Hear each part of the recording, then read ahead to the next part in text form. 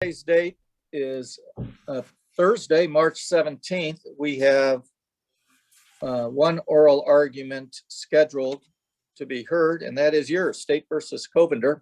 It's case number 21CA011780. As you can tell, the panel this morning is Judge Carr, Judge Hensel, and myself. I'll be presiding and keeping time. So as you know, each of you will have 15 minutes to present your arguments. Attorney Ramsey, if you are going to reserve time, let me know, and I'll make you aware as you get close to that rebuttal time. Yes, again, I'm sorry. Yeah, and you can reserve up to 5 minutes. So I'd like to reserve 5 minutes. Very good, and I'll let you know when you get to the 10-minute mark then. As you know, the oral arguments are being recorded, so we ask that you mute yourself when you are not arguing the case. And we ask that you not use the names of children or victim. Don't think that's, or victims. Children, I don't think, are involved in this case, so that shouldn't be a problem. All right. Having said that, I can assure you that Judge Hensel, Judge Carr, and I have read the briefs, and we are ready to proceed when you are. And I'll make sure I reserve that 5 minutes for you. Attorney Ramsey, go ahead. Thank you, Your Honor. Thank you, Your Honors, all of you. The trial court erred in assignment number 1. The trial court erred since Covender timely filed his complaint on August 15, 2013, because the claim does not accrue until the underlying criminal case is permanently vacated, dismissed, or reversed on appeal, pursuant to Section A4 of 2743.48. What the trial court assumed and what the appellees are arguing is that on July 18, 2007, when the trial court vacated the conviction, that was where the accrual took place. The appellees even argue that the cognizable event, when Mr. Covender knew he was had been injured, that at that time, the claim could have accrued at that time. Of course, Mr. Covender knew he had been wrongfully convicted way back in 1996 when the conviction came out. It's our position that it was not a permanent vacation until the state of Ohio dismissed the case on August 15th of 2007. And at that time, that's when the cause of action finally accrued, because it wasn't permanent. The statute indicates an individual's conviction was vacated, dismissed, or reversed on appeal.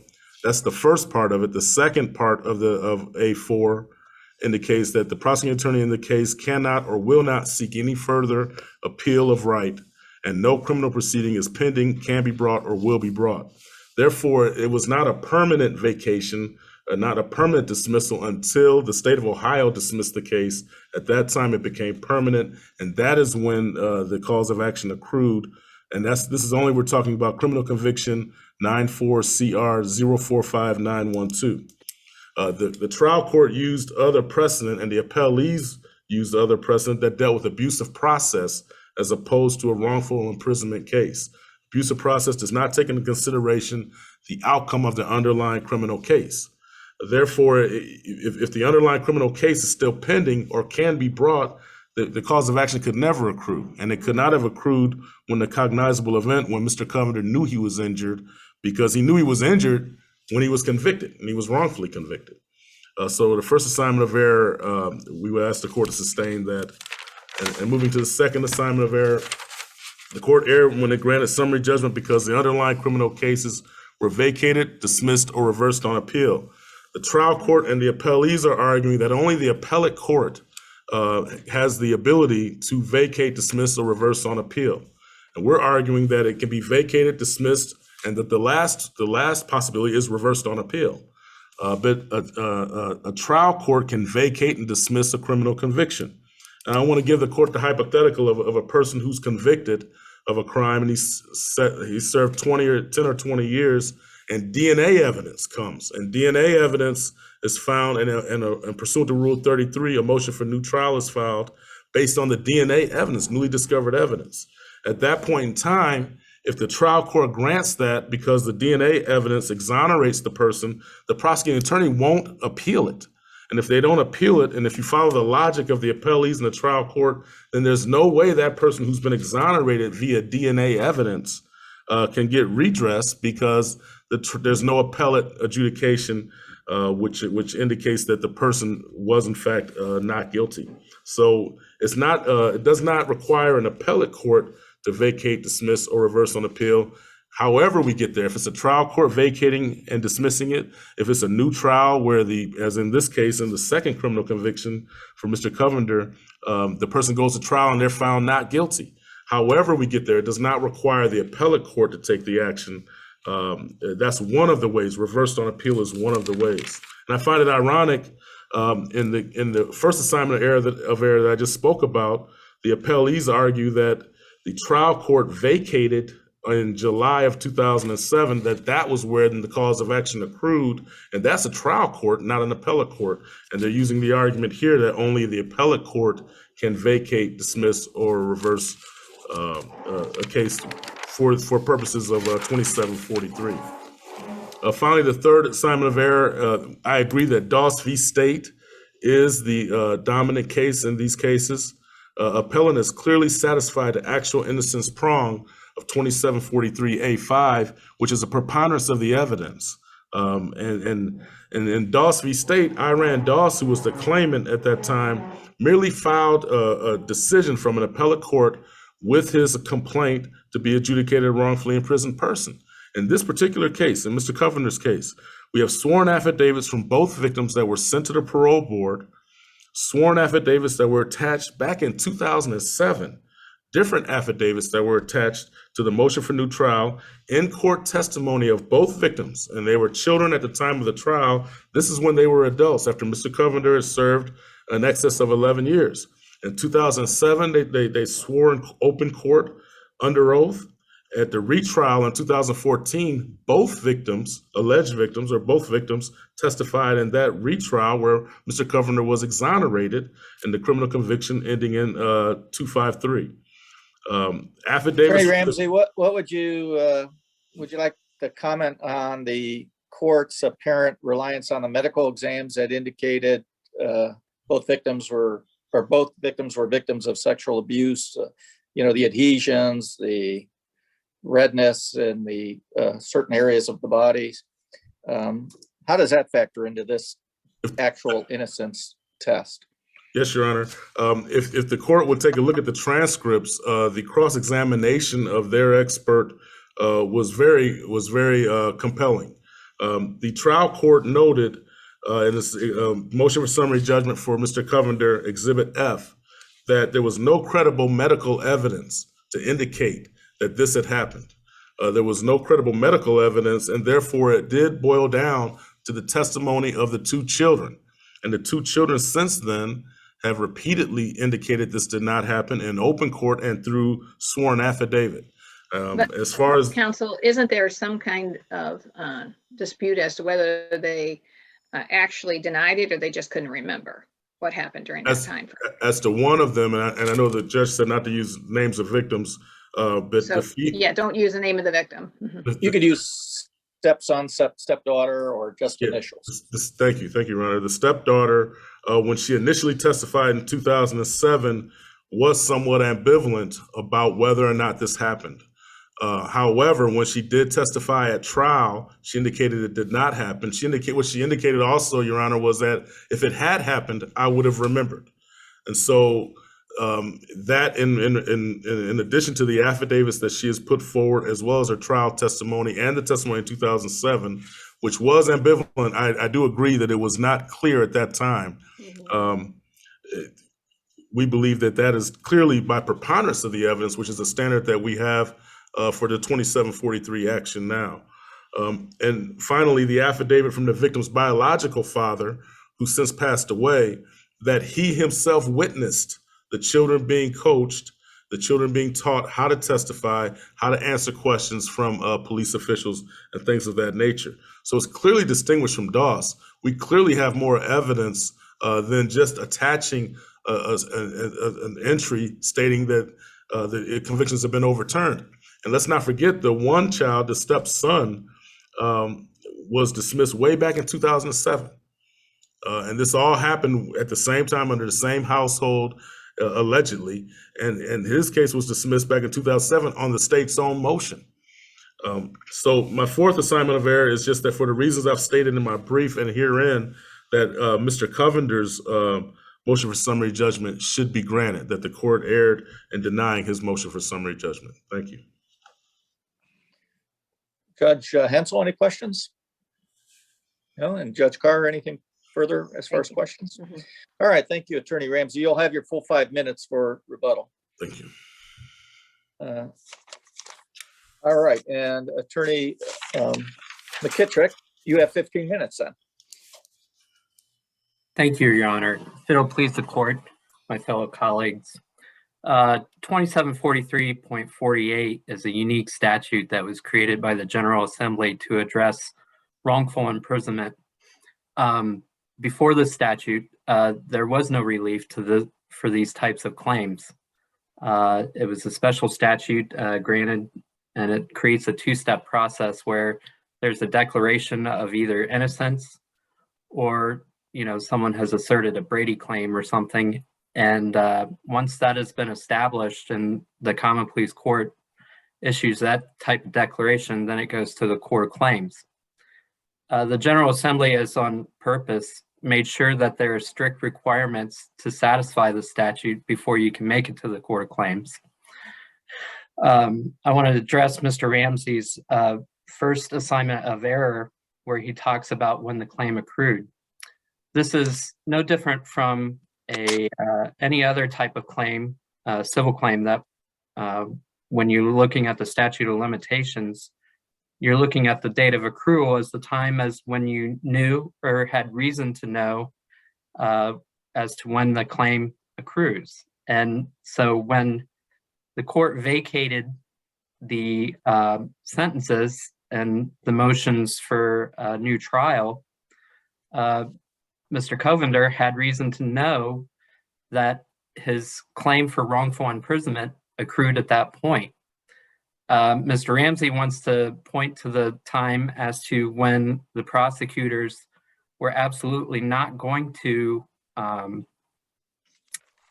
prosecute this matter any further, but that's not the date of accrual. And this matter was directly addressed in the case that was cited in our brief. It is Jackson v. State. In that case, the inmate or the defendant was released on a habeas action, and there was a limitations as to whether he could be retried for 7 more years. This is no different from that case. And the Cuyahoga County, the 8th District Court of Appeals found that the time of accrual applied as to when the habeas action released the defendant. And the one thing to keep in mind Counsel, Sure. But in this case,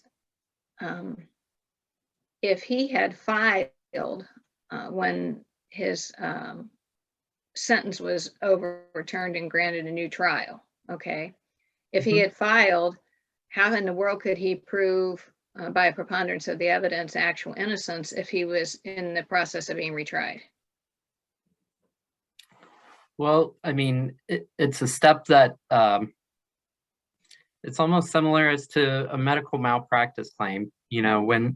When you have a physician leaves a knife in you and the date occurs as to the actual surgery, and you find out that it is in there, that's when you know that the time starts ticking.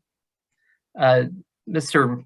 Covender has established that, he's maintained his innocence ever since he was originally convicted. And so he's certainly entitled to comment a point as to ensuring that he can proceed with his wrongful imprisonment case once the accrual happens, when the conviction was overturned initially, while also pursuing the motion for a new trial. He could certainly ask the court to stay the matter pending the motion for the new trial. I don't see where a trial court would deny that request at that time. The one thing to keep in mind also is that this is only pertaining to one part of the convictions. There were 2 convictions here. This accrual issue only applies to the victim, the male victim, J.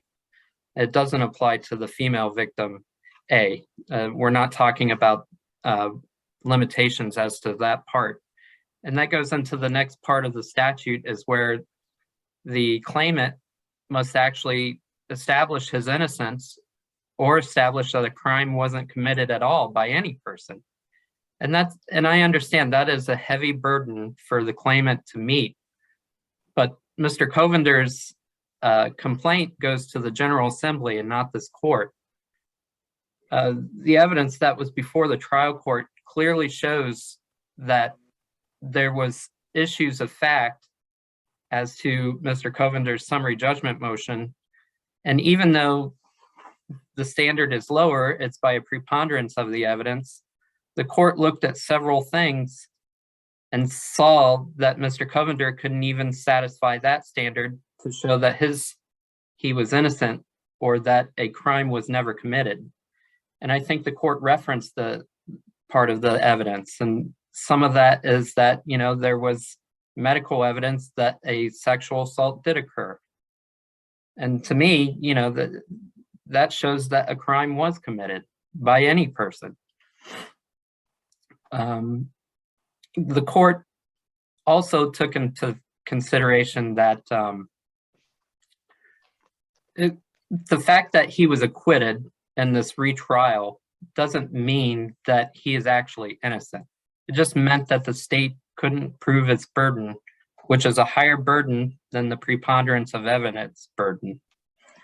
And so the fact that, there was an alleged recantation by the 2 victims, which also, if this court will look, the law of this case, this court has ruled that those affidavits weren't based on personal knowledge. They were based on beliefs and feelings.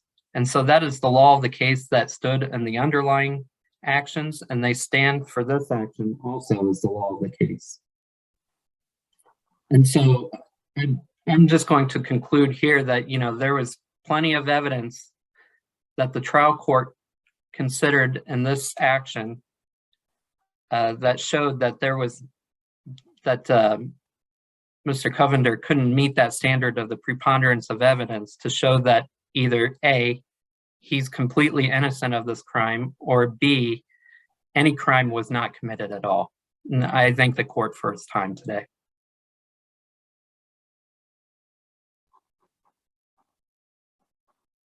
I'm sorry, Judge Hensel, any questions? And Judge Carr, anything further? All right, thank you, Attorney McKittrick, for your argument. And that takes us to rebuttal. Attorney Ramsey, you have 5 minutes. Thank you, Your Honor. To say that my client, after the July date, July 18th, that's when the lawsuit would have began to accrue. I do agree that what if they had wanted to retry him? What if it took a long time to retry him? What if he was convicted again, and then later was exonerated again after that on appeal or whatever? It was not permanent yet. If it's not permanent, it can't accrue. He cannot have a 2748 action if the vacation, the dismissal, or the reversal is not permanent. And that's why it's clearly in the statute, the prosecuting attorney in the case cannot or will not seek further appeal, and no criminal proceeding is pending, can be brought, or will be brought. It's not permanent yet. So it can't accrue until it's permanent, because there's still things that could happen with the criminal case. We don't know what could happen. It could take over 6 years, and then he's lost his cause of action, and he could truly be innocent. So the fact that it happened in July, it was not until the prosecuting attorney dismissed the case that the cause of action finally accrued, because it was permanent at that time. In regards to the underlying affidavits, where this court has indicated that A, we'll call her victim A, was not a complete recantation, that was prior to the trial. That was prior to the retrial on October 30th, 2014. Remember, we filed the first motion for new trial way back in 2007, and that was based on her affidavit, which this court did indicate was not a true recantation. Since then, she's come to court again, and she's testified under oath that these things did not happen. It's in the trial transcript. Now, she did say, had they happened, I would have remembered that. That in conjunction with victim J. Victim J clearly, because in 2007, we filed a motion for new trial. The state of Ohio elected to dismiss the case. They didn't want to appeal it or anything. Those two, in conjunction with the other evidence, the father's affidavit, clearly establishes by preponderance of the evidence. The medical evidence was challenged at the trial court level. Even though Mr. Covender was convicted at that time, would he have been convicted had the children not been there, had the children not testified? And they were 8 and 7 at the time of the trial. They were like 5 and 6 at the time when the allegations first were brought to light. But it was not the medical evidence. The medical evidence was challenged thoroughly. It was the children's testimony. The children's testimony, which convicted Mr. Covender. Judge Moraldi at the trial court level indicated that there was no real credible medical evidence. It was the children's testimony, and the children's testimony now, prior to Mr. Covender being released from prison, to the parole board, he did maintain his innocence all throughout while he was in prison. They wanted him to take certain classes, certain things to indicate that he had done this, and he refused. He was only let out at his first parole board hearing because of the affidavits by the two alleged victims. And they've repeatedly come back to court. They've repeatedly given affidavits. They've repeatedly tried to undo the harm that Mr. Covender suffered when he was wrongfully convicted.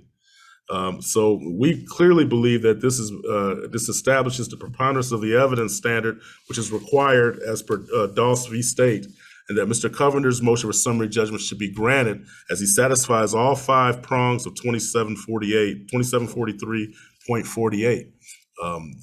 The convictions were not permanent until that one conviction was not permanent until August of 2007, and I think both cases should be included in Covender's motion for summary judgment. We ask that the trial court's decision be reversed and remanded, and that Mr. Covender's motion for summary judgment be granted.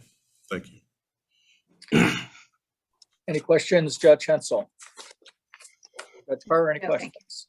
No, thank you. All right, thank you both for excellent arguments on this case. We'll take the matter under advisement and issue a decision in due course. Of course, the clerk of courts will mail each of you a copy of the decision on the date it's released, and you could also keep an eye out on the Supreme Court of Ohio's website where the decisions are posted. On behalf of Judge Carr and Judge Hensel, I want to thank you for presenting the arguments over Zoom here today. And with that, we will be adjourned until Tuesday, March 22nd, when the court will hear additional arguments. Have a good day, gentlemen.